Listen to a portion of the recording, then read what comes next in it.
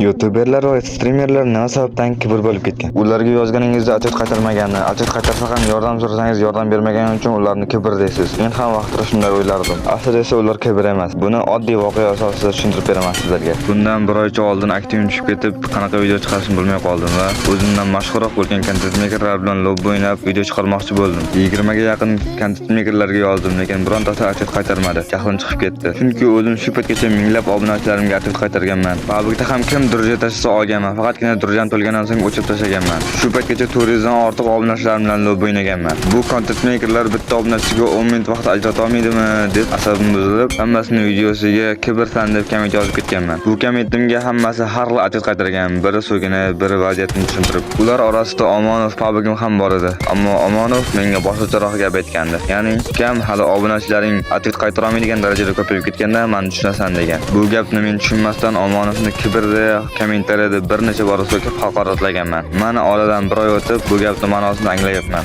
Oxirgi kunlarda hech kimga atlet qaytara olmayapman. Sizlar obunaching ko'payib sen ham kibr bo'lib ketdingmi deyishingizlar mumkin. Yo'q, men kibr bo'lib ketmadim. Shunchaki sizlar haqiqatan ham ko'payib ketdingiz. Kuniga yuzlab odam menga yozadi. Menda esa ularga atlet qaytarishga vaqt yo'q. Menga yoki menga o'xshagan content maker, streamerlarga yozib, atlet ola olmayotgan bo'lsangiz, ularni kibrga chiqarmang. Shunchaki siz ham content qilib obunachi yig'ib ko'ring va obunachilaringiz atlet qaytara olmaydigan darajaga yetib kelganda siz ham bizni tushunasiz. Aytgancha, bu videoni Omonov ko'rayotgan bo'lsa, o'sha vaqtda uni tushunmasdan kommentariyada so'kkanim uchun uzr so'rab qo'yaman. Videoni oxirigacha ko'rganingiz uchun alohida rahmat. Sizlar bilan har doimgidek 20 FPS da mashhur bo'lishga harakat qilayotgan Renax Fabrikam bo'ldi.